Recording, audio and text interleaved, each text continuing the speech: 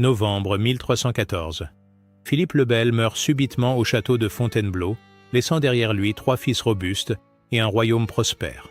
14 ans plus tard, en 1328, cette lignée glorieuse s'éteint brutalement. Louis X, le Hutin, Philippe V le Long, Charles IV le Bel, tous morts jeunes, tous sans héritier mal viable. 8 siècles de règne capétien balayés en une génération. Comment expliquer cette catastrophe dynastique? 3 hommes dans la force de l'âge, issus d'une famille réputée fertile, qui échouent tous à transmettre leur couronne à un fils. Les chroniqueurs de l'époque murmurent déjà. Les historiens modernes s'interrogent encore. Coïncidence extraordinaire, empoisonnement systématique ou faiblesse génétique héréditaire. Cette disparition change le cours de l'histoire européenne. Sans héritier capétien direct, le trône passe aux Valois. Édouard III d'Angleterre conteste cette succession, déclenchant la guerre de 100 ans. L'Europe médiévale bascule dans un siècle de conflits qui redessinent la carte politique continentale. Mais avant de comprendre les conséquences, il faut percer le mystère. Pourquoi ces 3 frères ont-ils tous échoué dans leur mission dynastique essentielle? Qu'est-ce qui a condamné la plus ancienne dynastie d'Europe à disparaître si brutalement? Louis Treunis le Hutin, premier échec, premier soupçon, 1314-1316. Louis Treunis monte sur le trône français en novembre 1314, dans des circonstances déjà troublantes. Son père Philippe le Bel vient de mourir brutalement, officiellement d'une chute de cheval. Mais des rumeurs persistantes évoquent un empoisonnement. Le roi de fer s'était fait de nombreux ennemis par sa politique autoritaire et ses confiscations massives. À 25 ans, Louis semble pourtant bien parti pour perpétuer la lignée. Grand, vigoureux, il a déjà montré ses capacités en gouvernant la Navarre. Mais un scandale majeur vient ternir ses perspectives dynastiques. L'affaire des Brus du roi éclate quelques mois avant son accession. Sa femme Marguerite de Bourgogne est accusée d'adultère avec Philippe d'Aunay, un chevalier normand. Le scandale touche aussi ses belles-sœurs. Blanche de Bourgogne, épouse de Charles, entretient une liaison avec Gauthier d'Aunay, le frère de Philippe. Seule Jeanne de Bourgogne, épouse de Philippe le Poitiers, échappe aux accusations directes d'adultère, mais elle est soupçonnée de complicité. Les conséquences sont terribles. Les 2 amants sont exécutés dans des conditions atroces, écorchés vifs, émasculés, puis décapités. Marguerite et Blanche sont tondues, emprisonnées, répudiées. Marguerite finit étranglée dans sa prison de Château-Gaillard. En 1315, officiellement par un serviteur, mais les soupçons d'assassinat commandité persistent. Louis Indès se retrouve donc roi avec une épouse adultère morte et une fille, Jeanne, dont la légitimité est douteuse. Selon la loi salique qui s'impose progressivement, les femmes ne peuvent hériter du trône de France. Il lui faut absolument un fils légitime. En août 1315, Louis épouse Clémence de Hongrie, nièce du roi Charles Robert de Hongrie. Cette princesse de 18 ans, réputée pieuse et vertueuse, doit redonner un héritier incontestable à la France. Le mariage semble prometteur. Clémence tombe rapidement enceinte. Mais Louis X ne verra jamais naître son héritier. Le 5 juin 1316, après seulement 1 an et demi de règne, il meurt subitement au château de Vincennes. Les circonstances de sa mort interrogent immédiatement les contemporains. La version officielle évoque une partie de jeu de paume par forte chaleur, suivie d'une consommation excessive de vin frais. Le choc thermique aurait provoqué une pleurésie foudroyante. Mais Louis X était habitué aux exercices physiques et aux variations de température. Sa mort brutale, à 27 ans seulement, surprend tous ceux qui le connaissaient. Des détails troublants filtrent. Louis serait mort seul dans ses appartements, pris de convulsions violentes. Aucun médecin n'était présent au moment critique. Son corps aurait présenté des signes inquiétants, humeur noire, flux de ventre sanglant, symptômes compatibles avec un empoisonnement. Plus grave encore, cette mort arrange parfaitement son frère Philippe le Poitiers, qui assure immédiatement la régence au nom de l'enfant à naître. Si Clémence accouche d'un garçon, Philippe devra lui rendre le pouvoir. Si c'est une fille, il pourra revendiquer légitimement la couronne. Le 15 novembre 1316, Clémence donne naissance à un fils, Jean Ier. L'enfant semble en bonne santé, il est immédiatement proclamé roi de France. Mais 5 jours plus tard, le 20 novembre, Jean Ier le posthume meurt dans son berceau. Officiellement, une faiblesse congénitale. Cette mort subite d'un nouveau-né apparemment sain soulève immédiatement les soupçons. Un nourrisson qui survit à l'accouchement et meurt brutalement au 5e jour, cela interroge. D'autant que cette disparition arrange encore une fois Philippe le Poitiers, qui peut enfin ceindre la couronne sans contestation. Les rumeurs d'infanticide se répandent rapidement dans le royaume. Certains accusent directement Philippe ou ses partisans. D'autres évoquent un poison versé dans le lait de nourrice ou un étouffement nocturne. La vérité ne sera jamais établie, mais Jean Ier reste le roi de France au règne le plus bref, 5 jours. Ainsi, en moins de 2 ans, la branche aînée des Capétiens s'éteint dans des circonstances douteuses. Louis X meurt jeune, sans héritier viable. Son fils unique disparaît mystérieusement après quelques jours de vie. Le trône passe à Philippe V, mais les questions demeurent. S'agit-il de coïncidence tragique ou d'une élimination méthodique? Philippe V, le long, l'intelligence politique face à la malédiction, 316-1322. Philippe V accède au trône dans des conditions particulièrement délicates. Il doit d'abord écarter sa nièce Jeanne, fille de Louis X, en imposant une interprétation stricte de la loi salique. Cette exclusion des femmes de la succession royale n'était pas encore totalement établie. Philippe la confirme par un mélange d'habileté politique et de pression militaire. À 32 ans, Philippe présente un profil différent de son frère aîné. Plus petit physiquement mais doté d'une intelligence remarquable, il compense par un charisme politique indéniable. Son surnom le Long ne vient pas de sa taille, mais de ses discours, réputés pour leur longueur et leur éloquence persuasive. Son mariage avec Jeanne de Bourgogne, contracté en 1307, avait résisté au scandale de 1314. Contrairement à ses sœurs, Jeanne n'avait été accusée que de complicité dans les adultères, pas de liaison directe. Philippe avait choisi de lui faire confiance, décision qui lui permit de conserver une épouse légitime quand ses frères durent se remarier. Philippe V se révèle un roi réformateur remarquable. Il modernise l'administration royale, unifie les poids et mesures dans tout le royaume, réorganise les finances publiques. Il crée la Chambre des comptes pour contrôler les dépenses et institue une monnaie stable. Ces réformes, inspirées des techniques italiennes, font de la France un État moderne pour l'époque. Mais cette excellence politique ne résout pas le problème dynastique qui hante la famille royale. Philippe V et Jeanne de Bourgogne ont eu plusieurs enfants, mais aucun fils n'a survécu à la petite enfance. Ils ont 4 filles, Jeanne, Marguerite, Isabelle et Blanche, mais pas d'héritier mâle. Cette absence obsède littéralement Philippe Saint. Il consulte les meilleurs médecins du royaume, fait venir des praticiens italiens réputés, multiplie les pèlerinages. Jeanne de Bourgogne subit traitement sur traitement pour favoriser la conception masculine. Tisanes d'herbes rares, régimes alimentaires spéciaux, positions particulières recommandées par les traités médicaux, tout est tenté.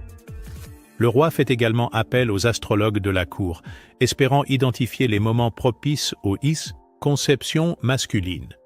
Il augmente les donations au monastère, espérant une intervention divine. Cette quête désespérée d'un héritier mâle révèle l'angoisse profonde qui ronge le souverain. Car Philippe V comprend parfaitement les enjeux. Si lui aussi meurt sans fils, le trône passera à son frère Charles. Mais si Charles échoue également, c'est toute la lignée capétienne directe qui s'éteindra. Cette perspective terrifie un homme qui a consacré sa vie à renforcer l'autorité royale et l'unité du royaume. Les années passent sans que Jeanne de Bourgogne parvienne à donner un héritier mâle viable au royaume. Chaque fausse couche, chaque naissance féminine renforce l'angoisse royale. Philippe V vieillit prématurément sous le stress de cette responsabilité dynastique écrasante. En 1321, à 36 ans seulement, Philippe V développe une maladie grave. Fièvre persistante, douleurs abdominales intenses, affaiblissement général progressif. Les médecins de l'époque diagnostiquent une corruption des humeurs, mais les symptômes décrits évoquent plutôt une infection sévère ou une intoxication chronique. Le roi sent la mort approcher. Homme d'ordre jusqu'au bout, il organise méthodiquement sa succession. Il confirme que son frère Charles héritera du trône selon la loi salique, prend des dispositions pour ses 4 filles, règle les questions financières en suspens. Il veut éviter toute crise dynastique après sa disparition. Philippe V meurt le 3 janvier 1322 au château de Longchamp, près de Paris. Il n'avait que 37 ans. Son règne de 6 années avait été marqué par d'importantes réformes, mais aussi par l'échec dynastique qui condamne la lignée capétienne. Les circonstances de sa mort alimentent encore les spéculations. Certains y voient des effets du stress lié à l'absence d'héritier. D'autres soupçonnent un empoisonnement lent, administré sur plusieurs mois. Le fait que Charles se trouve opportunément au château de Longchamp au moment de l'agonie interroge. Avec Philippe V disparaît le plus intelligent des 3 frères, celui qui avait le mieux réussi à gouverner malgré ses problèmes personnels. Mais il emporte avec lui le même échec que Louis X. Pas d'héritier mâle, pas de continuité dynastique assurée. Le destin de la lignée capétienne repose désormais sur Charles IV, le dernier fils survivant de Philippe le Bel. Charles IV le Bel, le dernier espoir anéanti, 1322, 328. Charles IV le Bel devient roi de France en janvier 1322 avec une responsabilité écrasante. Il est le dernier espoir de la dynastie capétienne directe.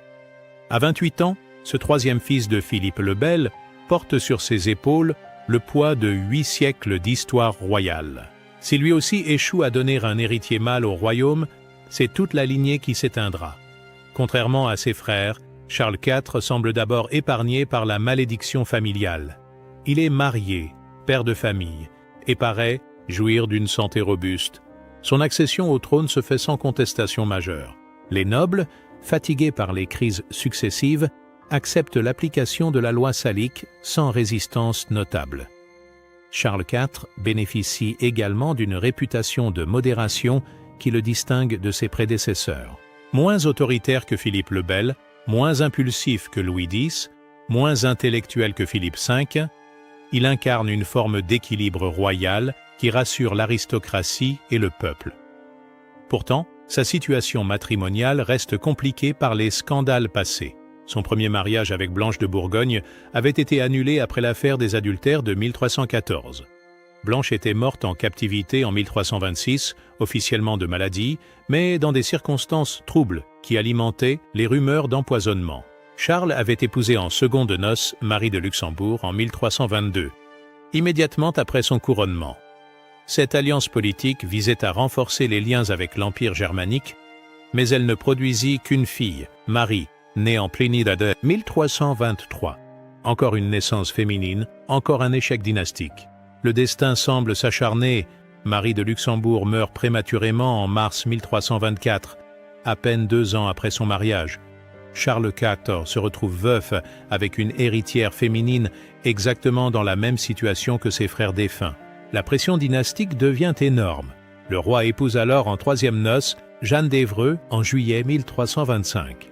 Cette union avec sa propre cousine nécessite une dispense papale, mais elle représente le dernier espoir de la lignée. Jeanne, âgée de 14 ans, est réputée fertile et en bonne santé. Tout le royaume espère qu'elle donnera enfin l'héritier tant attendu. Les premiers mois semblent prometteurs.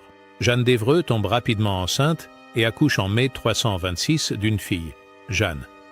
Encore une naissance féminine, mais la jeune reine a prouvé sa fertilité. L'espoir d'un garçon lors d'une prochaine grossesse renaît dans l'entourage royal. Parallèlement, Charles IV doit gérer des tensions politiques croissantes avec l'Angleterre. Sa sœur Isabelle de France, épouse du roi Édouard II d'Angleterre, mène une politique de plus en plus hostile à la France. Cette « louve de France », comme l'appellent les chroniqueurs, organise même l'assassinat de son époux en 1327 avec son amant Roger Mortimer. Isabelle gouverne désormais l'Angleterre au nom de son fils mineur Édouard III. Ses ambitions pour ce dernier représentent une menace directe pour la France.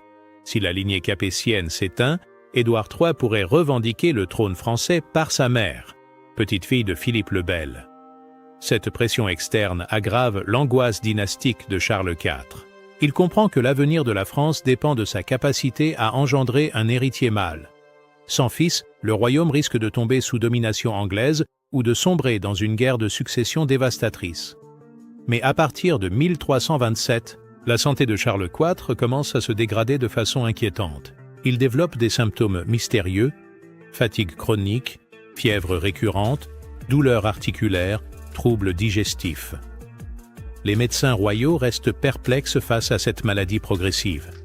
Ces troubles de santé coïncident avec une nouvelle grossesse de Jeanne d'Évreux en 1327. Le royaume retient son souffle. Si la reine accouche d'un garçon, la dynastie capétienne est sauvée. Si c'est encore une fille, Charles IV sera probablement le dernier roi de sa lignée. L'état du roi empire au début de 1328. Les symptômes s'aggravent. Vomissements, diarrhée sanglante, éruption cutanée, chute des cheveux. Tout indique une intoxication grave. Mais les médecins n'identifient aucun poison connu. Charles IV dépérit rapidement, conscient que le temps lui manque. Le 1er février 1328, Charles IV meurt au château de Vincennes. Il n'avait que 34 ans. Jeanne d'Évreux, enceinte de 6 mois, devient veuve dans l'angoisse. L'enfant qu'elle porte décidera du sort de la France. Les derniers moments du roi alimentent les rumeurs les plus folles. Selon plusieurs témoins, Charles IV aurait eu des convulsions violentes avant de mourir. Sa peau aurait pris une teinte verdâtre, ses ongles seraient tombés. Ces signes évoquent fortement un empoisonnement à l'arsenic. Plus troublant encore, Charles IV aurait prononcé des paroles étranges sur son lit de mort, évoquant une malédiction qui s'abat sur notre sang et demandant pardon pour des crimes anciens.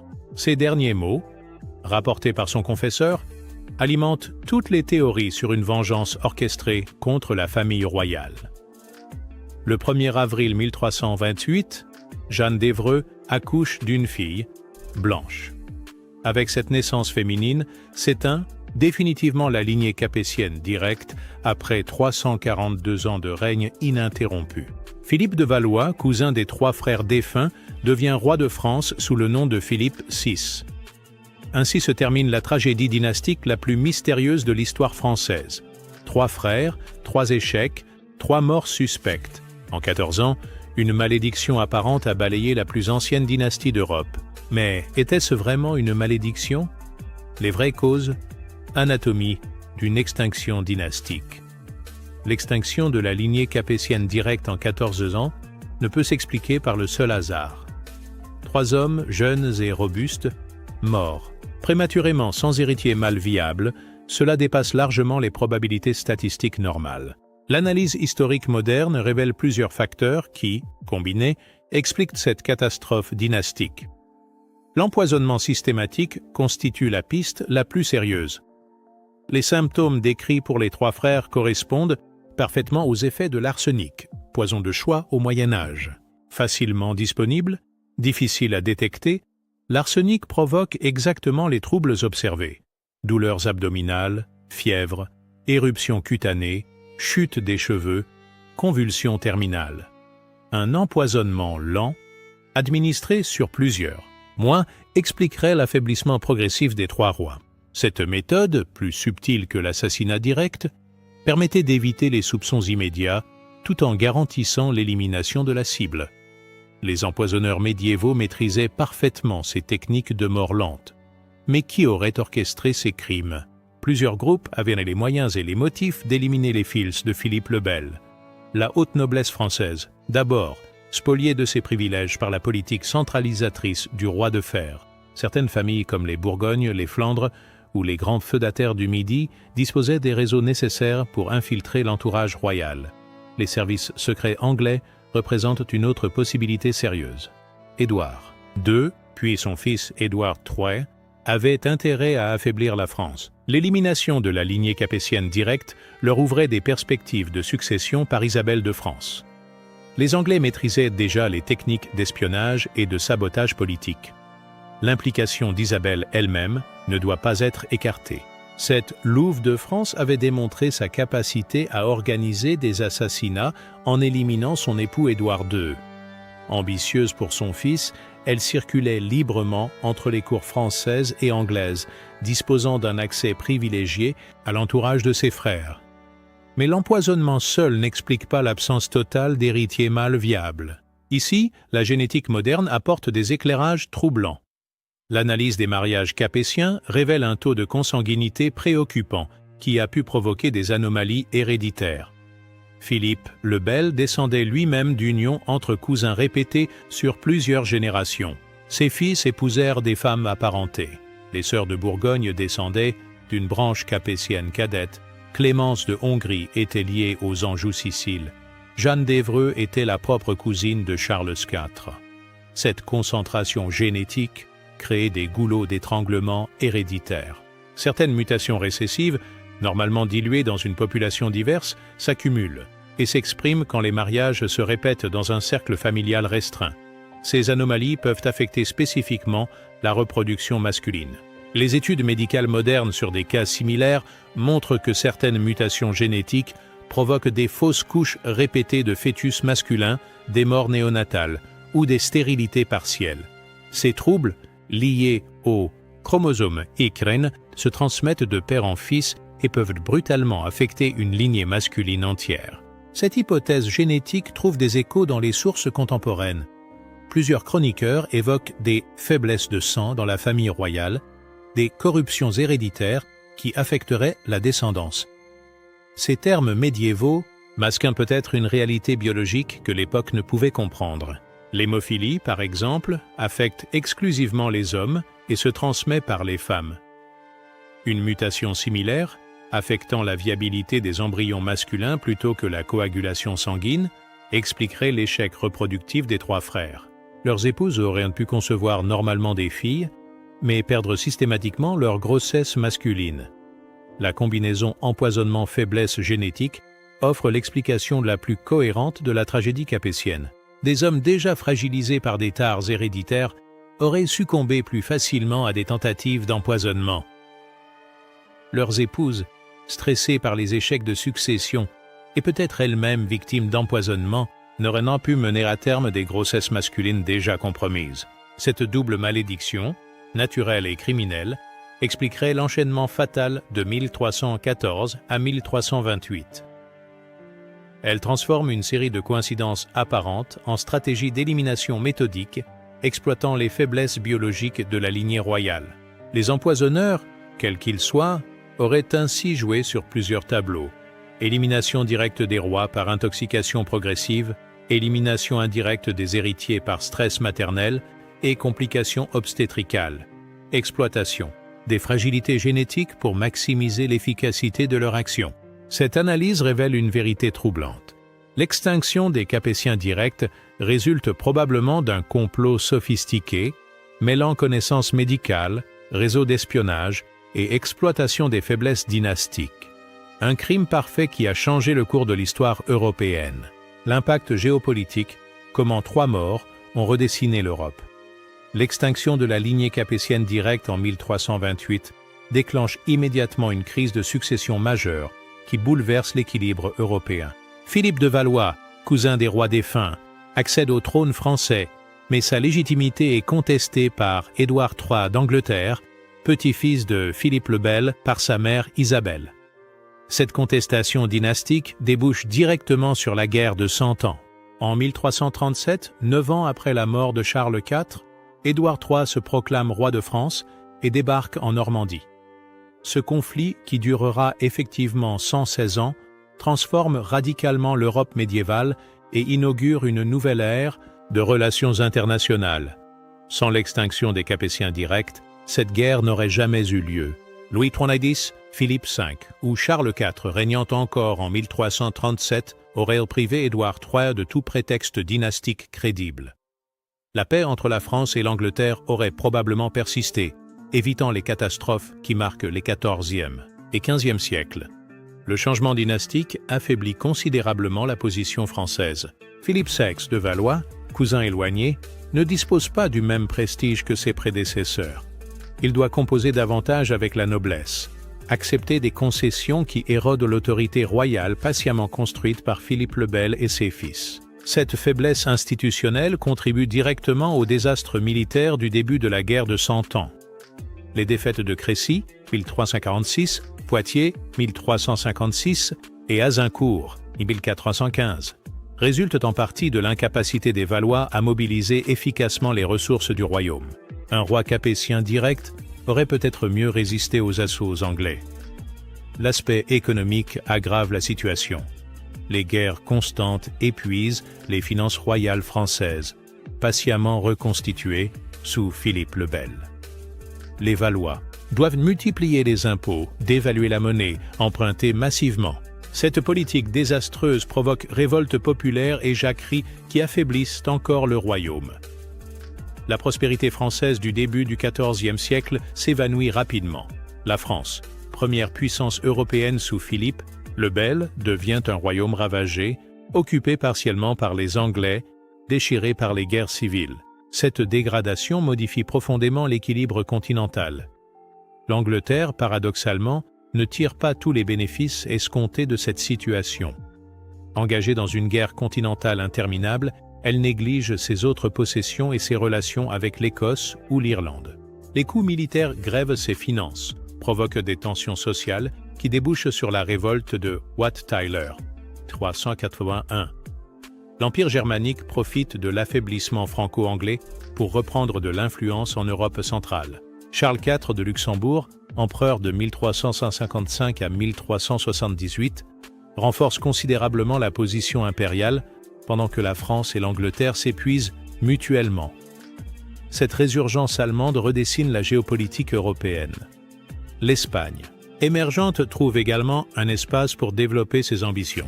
Libérée de la pression française, elle peut se concentrer sur la reconquista finale contre les musulmans de Grenade et commencer à regarder vers l'Atlantique. Cette évolution prépare les grandes découvertes ibériques du XVe siècle.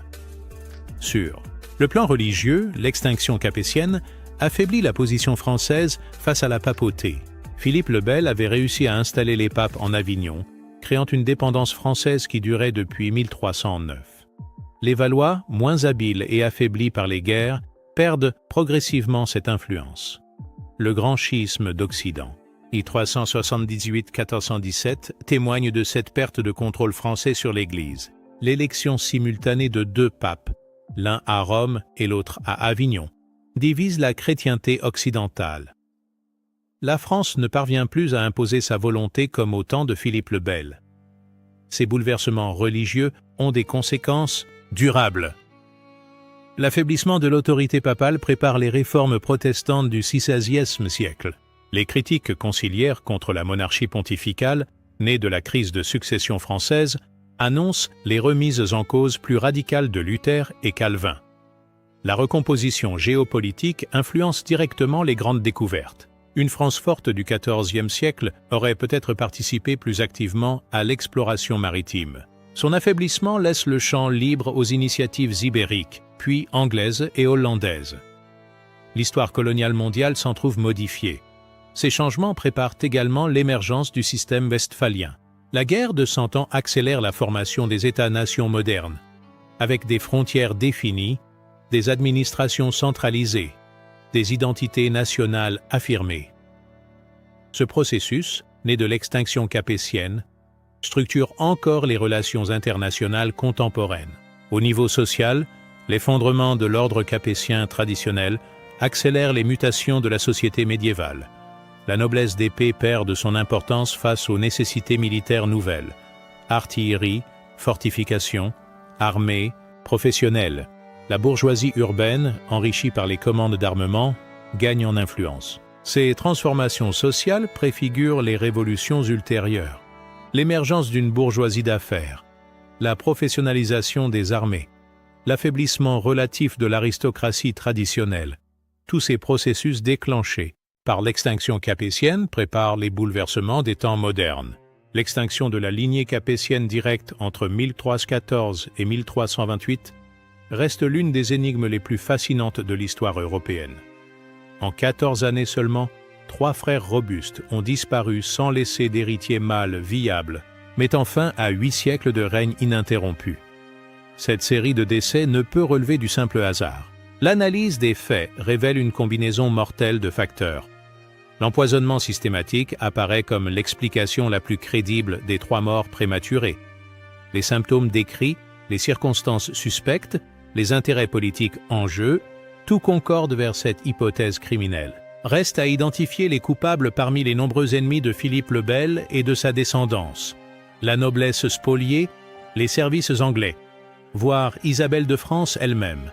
Plusieurs acteurs avaient les moyens et les motifs d'organiser cette élimination méthodique. L'arsenic, poison médiéval par excellence, permettait des empoisonnements lents et discrets, difficiles à détecter avec les connaissances médicales de l'époque. Mais l'absence totale d'héritiers mâles viables suggère également une fragilité génétique héréditaire. La consanguinité répétée des mariages royaux avait probablement créé des anomalies chromosomiques affectant spécifiquement la reproduction masculine. Cette faiblesse biologique aurait facilité le travail des empoisonneurs. L'impact historique de cette extinction dépasse largement les frontières françaises. Sans héritier capétien direct, Édouard III d'Angleterre peut revendiquer le trône français, déclenchant la guerre de 100 ans.